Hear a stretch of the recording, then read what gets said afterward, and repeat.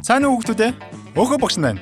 Бурхны ариун өргөөг барьсан Соломон хаан анхандаа Бурхны мэрэгэн ухаанаараа улсаа сайн удирдах байсан боловч үтэлсэн үедээ хиймэл шүтэнд мөргөж гэмнүгэл үлддэг.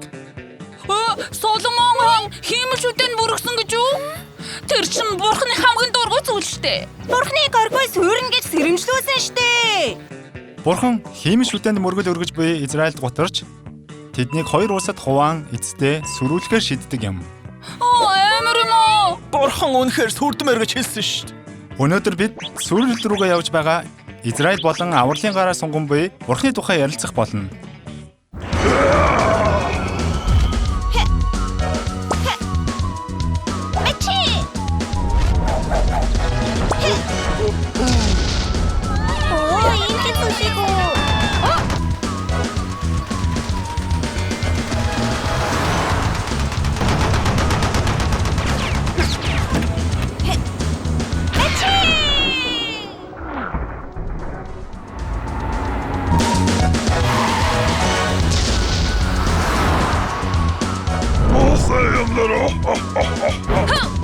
Бацаху!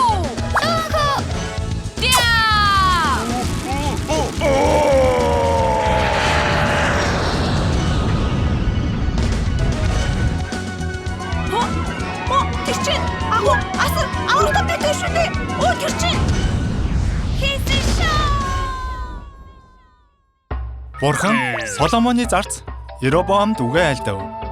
Бурхан ийн айлдаж байна. Соломон намайг орхиж хуурын шүтэнд мөргөлөө. Тиймээс 10 овгийг таслан чамд өгөх болно. Надад уу. Тэр уран дэрслэгчдийг барь. Бурхны тушаа шүү дээ. Үүний дараа Соломон хаан үхэж түүний хүү Ребохам хаанд өргөмжлөгдөв. Ребохам ариун өргөө босгох ажилд цуцсан Израилийн ард түмнийг аргадахын тулд Шихемд очив. Энэ нь хааны хувьд 10 овогт хүлээн зөвшөөрөгдөх зорилготой байлаа. Одоо би Израилийн хаан болсон юм чинь. Таны эцэг бидэнд хүн түчрэ ажил хийхийг даатгсан билээ. Харин та бидний ачааг хөнгөлвөл бид таныг хаанаа болгоё. Рехобоам 3 өдөр үүний тухай эгзүүлж үзэв. Үнэхээр зүдрээсэн л дээ. Юу гэсэн үг вэ? Хааны тушаа шүү дээ. Тийм шүү дээ. Ер нь юу яриад байна? Би хаан Соломоноос жилийн ажиллаар баачлах болно. Хэрвээ тийм бол бидний 10 овог Давидтай ямар ч холбоогүй боллоо. Уццгаая. Тийм биш шүү дээ. Хэн аргадаж арга ивийг нь олохгүй дээ. Яагаад ингэж байгаа юм болоо? Бурхан Рехобоамыг хорон муутай нь үлдээж орхих нь тэр. Үүний улмаас Рехобоамын өмнөд Юда болон Робоамын хойд Израиль гэж хуваагдсан юм. Ингээд Робоам хойд Израилийн хаан болов.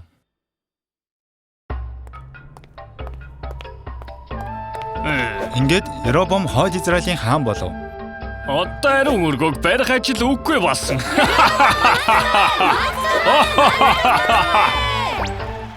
Ус хуваагдсан ч ард иргэд мөргөл өргөхөөр Иерусалим дахь ариун өргөөг зордог байлаа.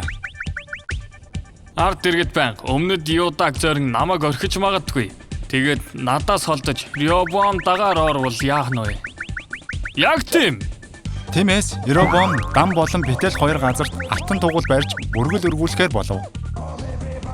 Хол явуулгүй. Эндээ мөргөлөө өргөцгөө.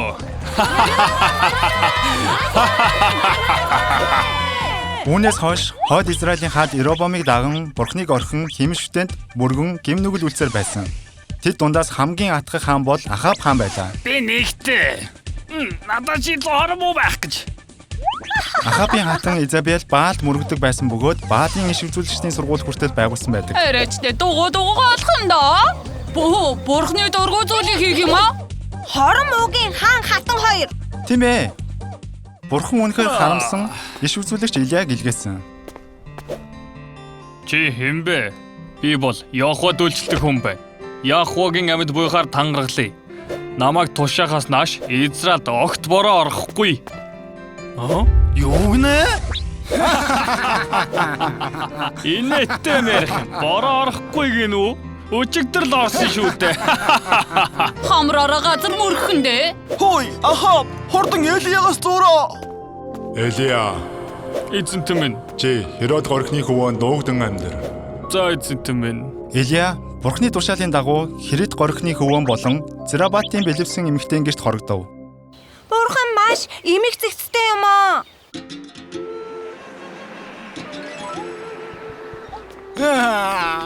Хонто, тусал борооч орлого бүгд хадаж өгөхдөө туллаа. Усны ирэлт гарцгаая. Хонто минь бүхөс ширэгчээ. Нөө? Элия хаан байна. Бинд байна.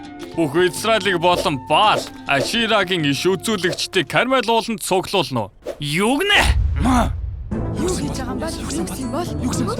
Та бүхэн хэдий болтол Йохо болон Баалын хооронд тэнэгэлзэх юм бэ? Хэн нь та бүхний бурхан болохыг сонгох тун? Энд би Баалын иш үзүүлэгчд Баалта, харин би бурханд залбирах болно. Өөрт нь зориулсан бэлтгэсэн дахилд гал буулгасан нь жинхэнэ бурхан мөн. Тийм ээ. Үүнээс бид жинхэнэ бурхныг таньж чадах нь. Баалын 450 иш үзүүлэгчид дахлаа тойрон өглөөнөөс үдэш ботол хичээнгүйлэн залбирлаа. Гэвч юу ч болсонгүй. Баал угаалгын өрөө явсан юм болов уу? Ингэгч гэжтэй. Оройчтой. Баал шал худлаа юм байна штэ. Таглын ширээн дээр уус асах. Өөс асуугаад норгуул яаж гал асах юм? Юу гинвэ? Ойлгох гэж байгаа юм бах та. Бурхан минь та энэ ард түмний эзэн гэдгээ мэдүүлж тэдний зүрх сэтгэл эргүүлэх бурхан гэдгээ харуулаач.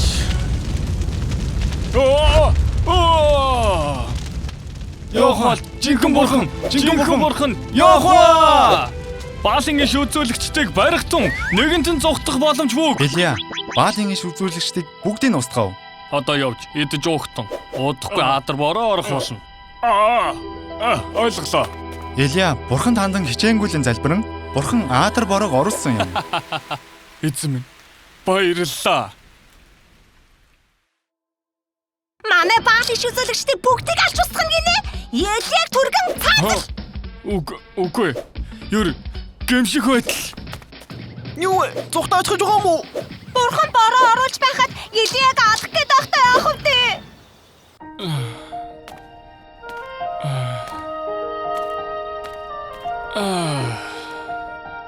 Элия, бурханы гайхамшигыг үзүүлсэн боловч дуулуургүй байгаа Израилийг хараад гүнээ зөвхөрсөн юм. Бурхны тушаал дуулууртай байдаг Элия зүгтж байхад хэмээн шүтэж Ахаб хаан сайн идэж сайхан амар сайхан амьдарч байгаа шүү. Тийм ээ. Одоо Элия болон Ахабын нөхцөл байдал ингэж харагдаж байгаа ч тэдний төгсгөл нь өөр байсан юм. Хуурам шүтээнд мөргөгч Ахаб хаан Дайны талбайд өрөвдөлтэй байдлаар үхдэг юм. Халелуя! Бурхныг магтъя! Халелуя! Харин Элия бурхан өөрийг нь дагуулan явах алдрыг хардаг юм. Хөөх! Үхэлгүйгээр бурхан дагуулад явсан гэж юу? Тийм ээ. Гайхалтай биш байна гэж юу?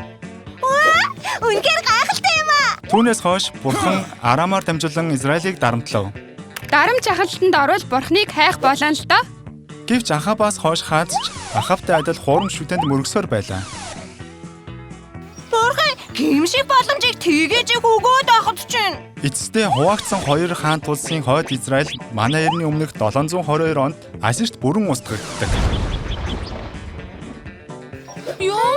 Тэгвэл хойд Израилийн бүх ард иргэд өгсөн юм уу? Үгүй ээ. Ассирт олсолдон боод болсон юм. Өрөвдөлтэй юм аа. Тэгээд бурхан сайн итгэх хэрэгтэй гээд байхад. Би ч одооноос сайн итгэх хэрэгтэй юм байна да. Хурдан цуглаандаа явъя. Бурхан хиймэл шүтээнд мөргсөн Израилийг сүрэлд хүргэсэн. Хэдий бурханд итгэдэг байсан хүмүүс цөөхөн байсан ч бурхан тэдгээр хүмүүсээр дамжуулан Израильд гэмших боломжийг өгсөөр байсан юм. Бурхан үнэхээр эцэг хүртэл тэднийг орхихгүй юм аа. Тийм ээ. Бурханы хаанчлал бол зөвхөн Израильчуудад зориулагдсан биш. Бүх дэлхийг бурханы хаанчлал болохыг хүсдэг байхгүй юу да? Хайрхан ч гэсэн аврал авч чадна гэж юу? Юу? Би ч гэсэн хайр унтсан шүү дээ. Ой, цуглаандаа болцгаая. Харин үндэстний авралын талаарх нэгэн түүх ярьж өгье. Израилийг дарамтлж байсан Арамд Нааман нэртэй цэргийн ахмад байв. Израилийн дайсан үстэй. Тэгсэн Нааман уян өвчнөр өвчсөн. Уйман өвч нь эдгэрдгүй өвчин дөө. Нааманы эхнэрийн гарын зарц болох Израиль охин иш үзүүлэгчдийн тухай ярьж өг. Израилийн хаанд загтал бичиж өгөмц яваад иртээ. Хаан толорхой. Израильд иш үзүүлэгчтэй уулзахаар болов. Тэгсэн Элишагийн орон түүний зарц нь гарч ирэв. Елиша иш үзүүлэгч таныг Йордан гол 7 удаа бие булахаараа химээлээ. Үгүй юу. Арамын цэргийн ахмад өөрийн биеэр ирээд байхад гарч ирж уулздагчгүй юм уу? Жанж минь Иш үзүүлэгч хэрэг үүнээс хэцүү хий гэвэл хийх л байсан бос уу? Нааман Элишагийн үгээр Йордан гол 7 удаа бие болохлаа. 4 5 Дээрдэхгүй л байна штэ. 7 Хүй чанжны бий. Аре үгүй байлгүй дээ. Юу болж вэ? Израилийн дайсны цэргийн даргаыг бурхан эдгээчлээ штэ. Бурхан өөрт нь итдэг, өөрийг нь дагдаг хүнийг хизээд аврахад бэлэн байдаг юм. Харбин хурдан цуглаандаа явъя. Израиль сүрдэгч Бурханы хаанчлал үргэлжлээ байдаг юм. Есүсээр дамжуулна гэсэн үг үстэй?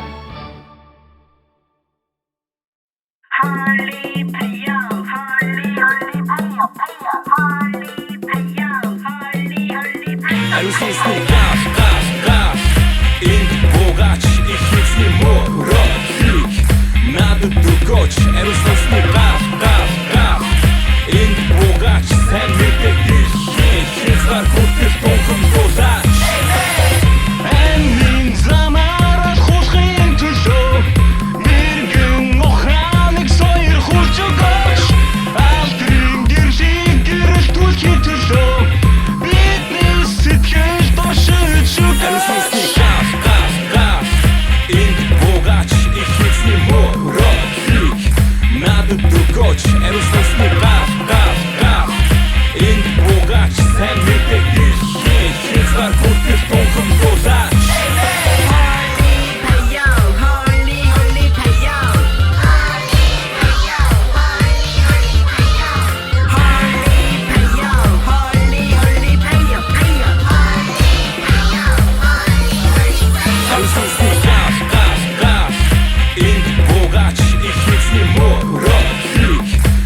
Дугоч, Алисний газ Ин богач Сэн мэдээ хитсвар хүртэл тонхон бозач Эжиагийн залбирлаар тэрбэр бусан гал харах тун амьд оршиж бурхны сүрхүчийг өө бид надтай хамт байгаач миний дотор галын очи бадрагаач тэр оч уулын гал боч эсийн мэдэхгүй нэг нь хүрхэд туслаач бурхны дүнлөө бурхны хаанчлал энэ газар тогтноход уйдгаач Ин богач их хитсний морозик Надо дугоч Алисний газ Ин богач Сэн мэдээ хитсвар хүртэл тонхон бозач Энийн замаараа хушхин төлөө Мэргэн охраныг сойр хурж өгөөч Алдрын гэршин гэрэл түлхий төлөө Бидний сэтгэл дошиж өгөөч Ин богач их хитсний морозик Надо дугоч Алисний